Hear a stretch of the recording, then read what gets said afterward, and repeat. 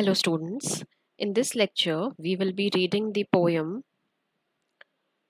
Lotos Eaters by Tennyson. So now coming to the poem Lotos Eaters, it was first published in 1832 and later also in 1842. And Lotos Eaters and the other poem that we did last time, Ulysses, are considered to be companion poems. They are both based on the Greek hero Ulysses, and this hero has been talked about in Homer's poem Odyssey. So, here in this poem, Lotus Eaters, we meet Ulysses and his fellow comrades who are on a ship, who are on a boat, and they reach while on their voyage, they reach a land. Uh, and they give the name Lotus Eaters to that land because it's a land where a lot of lotus plants are growing. Now, this lotus is different from the Indian lotus that we know about. It is Lotos here in the poem. It's a very different spelling. And this the people of on this land, they eat this lotus plant on this lotus stem, and therefore they call this land of lotus eaters. So in the poem, they are talking about the land, and they say that the eating of this fruit of lotus plant gives actually a lethargic effect on the person who consumes this lotus plant, and it also makes them uh, feel very disinterested in doing anything, feeling very lazy and lethargic, and they want to stay here on the lotus land forever. Although they are back on the journey towards their homeland, but after tasting the lotus plant, they feel that they would like to spend their whole life here because the effect of lotus plant has made them lethargic and dull. So rather than having any spirit and determination to move forward, what they feel is that they love to spend their whole life on this lotus island where everything is moving in a very slow motion, in a very slow pace. So beginning with the poem, Tennyson says, "Courage," he said, and pointed towards the land. "This mounting wave will roll us shoreward soon." Now he's talking about Ulysses, and Ulysses said that courage. He says courage to his fellow comrades, and he says that you must have a lot of courage because we are able to see the land. There is some land visible, and this wave will actually take us to the shore. In the afternoon they came unto a land in which it seemed always afternoon. So this is a land on which even the natural resources like or the natural things like the streams, the sun, the moon, they also seem to move in a very lethargic motion, in a very slow pace. So it seemed that all there is always afternoon on this island. All around the coast the languid air did soon, breathing like one that had a weary dream. So the air was also moving in a very languid way, in a very lethargic and dreamy way, and it felt that even the air is also in a dream. It's a tired dream. Full faced above the valley stood the moon, and like a downward smoke the slender stream along the cliff to fall and pause and fall did seem. Now he says that even the streams of water which were falling on that island, which were flowing in that island, they also seemed to move in a very slow motion, in a very slow pace. And he says that they seemed to move like smoke was moving downward, and they were the stream of water was falling from a cliff, and it felt that even that stream of water was not flowing with a rush, with a speed. Even the stream of water falling from a cliff, that is you can understand as a waterfall, even the waterfall was actually seemed to be falling and then taking a pause and then falling again. So it's a strange land where everything is moving in a very slow pace. Even uh, are the people they are going to meet are people who eat this lotus plant, and everything has a lethargic effect on this island. Then he says, a land of streams. There are a lot of streams on this island. Some like a downward smoke, slow dropping veils of thinnest lawn did go, and some through wavering lights and shadows broke, rolling a slumberous sheet of foam below. So he says this is a land of streams, and the stream is also falling like as if the smoke is falling downward. Usually the smoke always goes upward in the sky, but here the streams are looking as they are falling down, and they are appearing to be like smoke, slow dropping veils of thinnest lawn. So they are, the stream of water is slowly dropping, it's slowly falling on the ground, and the ground has very thin lawn, so it's like a veil, it's like a cover on the lawn. Did go, and some through wavering lights and shadows broke, rolling a slumberous sheet of foam below.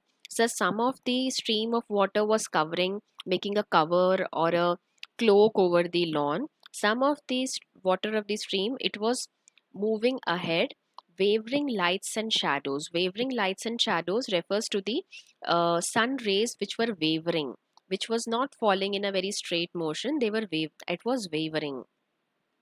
So this stream of water which was falling on the ground, it had lot of sun rays reflected on it, and this stream of water was making a foam, making a lather at the end.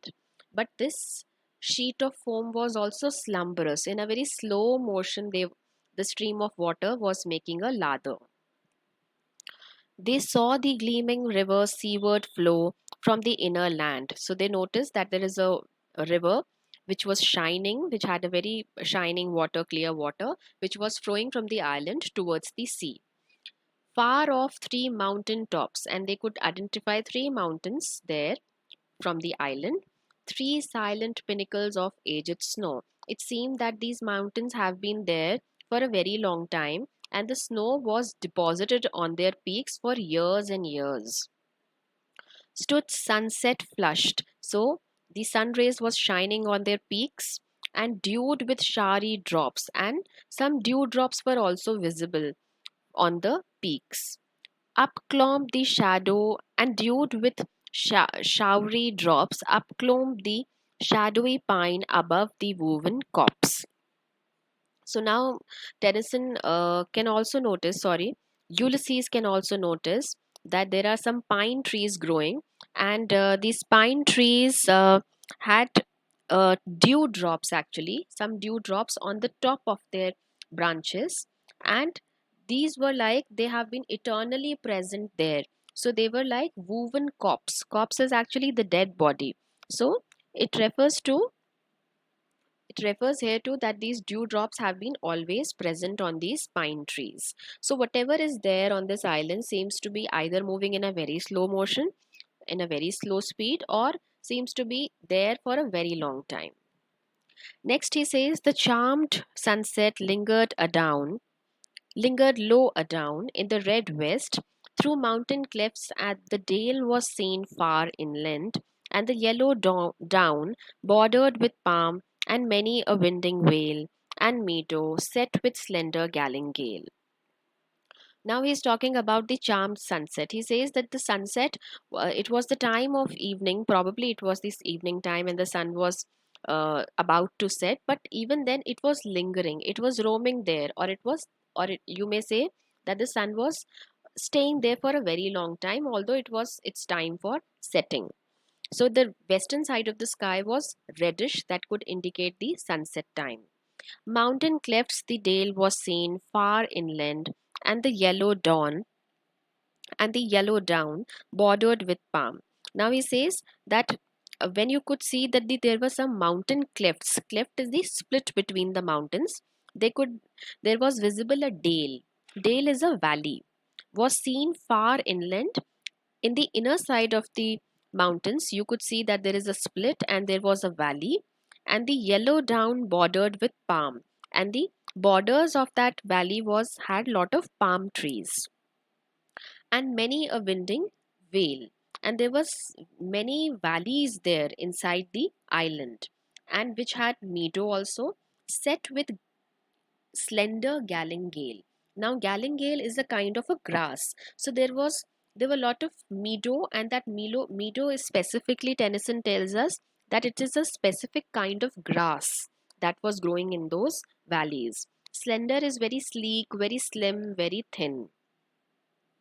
A land where all things always seemed the same. So, although the day may have changed, it was afternoon, then sunset, then the night time, but it was a land on which everything seemed to remain in the same position. And round about the keel, with faces pale, dark faces pale against that rosy flame, the mild eyed, melancholy Lotos Eaters came. Now, as they have reached the shore, around the keel is the front portion of the boat, they could see some people coming there which had very pale faces, very dull faces, and dark faces pale against that rosy flame. So they could see that the people were dark in complexion, but their faces were pale. And it was the reddish, it was the time when sunset was about to happen. So it was that the sky was reddish. So he gives a contrast here, dark faces pale against that rosy flame. The mild eyed, melancholy Lotus Eaters came. Now, this is the first time that Ulysses and his fellow comrades, they are meeting the people of the island, and he says mild eyed. Mild eyed is the eyes of these people, the lotus eaters, people who eat the lotus stem. The eyes of these people are not properly opening, they are mild eyed, their eyes are slightly drooping as if they are drowsy, and this is because of the effect of eating the lotus plant. Branches they bore of that enchanted stem. So they were carrying the branches of that enchanted stem. Enchanting is something which attracts you, that is the lotus plant. Laden with flower and fruits. Now they were carrying the stem of this lotus plant, which had flower and fruit also, whereof they gave to each, which they this plant, this stem, they gave to each one of them. But whoso did receive of them and taste, to him the gushing of the wave far, far away did seem to moan and rave on alien shores. Ulysses says that whoever tasted the stem felt that although they were standing very near the shore, actually on the shore, but they felt that the gushing of the wave is coming from somewhere far. This was the effect of tasting the lotus stem. So, gushing of the wave far, far away did seem to moan and rave. Moaning is very low sound, and raving is the coming of the wave towards the shore. So the voice of the waves touching the shore felt to be very faded when they tasted this particular stem. On alien shores, alien is something which is very far away, not known, strange. And if his fellow spake, the other effect of this tasting of this lotus stem was that they felt that even if the fellow person, the person standing next to them, was speaking, he felt that he could not hear the voice of that fellow member. It felt that the voice is coming from somewhere far. This was the effect of tasting the lotus stem. So he says, and if his fellow spake, his voice was thin, as voices from the grave. The voice was so low as if the voice is coming from the ground itself, from a grave which is under the ground.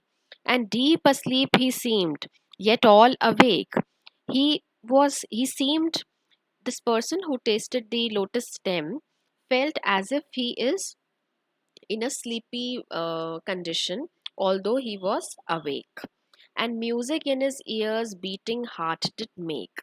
The other effect of chanting, of eating this lotus stem was that he could feel the music of his heart beating in his own ears. He could hear his own heart beating very clearly.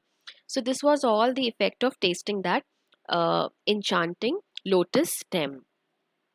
You can notice in the poem that there is lot of rhythm, like the first two lines and the next two lines are rhyming in the poem. Also, Tennyson has used lot of what you can understand as archaic language, like spake, and these words. There's so many words which are archaic words like hath, spake. These are archaic words. I hope you can identify them.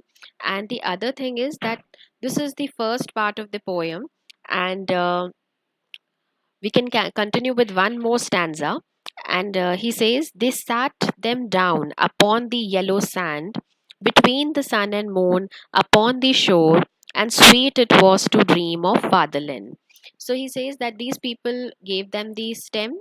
They had a very different effect of chant of eating that stem. Then these people made them sit down on the shore, and they could see the sun and moon together in the sky. This was a strange thing. And then they were dreaming about the fatherland. They sat down and they were dreaming about their native land. They were thinking about their child, about their servants, about their wife. But ever more most weary seemed the sea. But they felt that the sea is moving in a very lethargic way, in a very dull way. Weary the oar, weary the wandering fields of barren foam. Even the oar, even the streams of water seemed to be very lethargic and dull in motion. Then someone said, we will return no more. This was the effect of chanting, of consuming that lotus stem, that one of the fellow passengers, one of the fellow comrades of Ulysses said that we are not going to travel anymore and we are going to stay here on this island. And all at once they sang, our island home is far beyond the wave. We will no longer roam. And then suddenly together they decided that they are, although their native land is somewhere beyond this wave, but they are not going to travel anymore and they will rest here, they will stay here for their entire life. So, this is the first part of the poem, and in the coming up lecture, we will continue with the choric song. Now, this choric song is also a part of the poem where all the uh, fellow comrades of Ulysses and Ulysses himself they are singing together. So, this is a chorus, an important part of the poem, which we will continue in the coming up lecture. Thank you so much.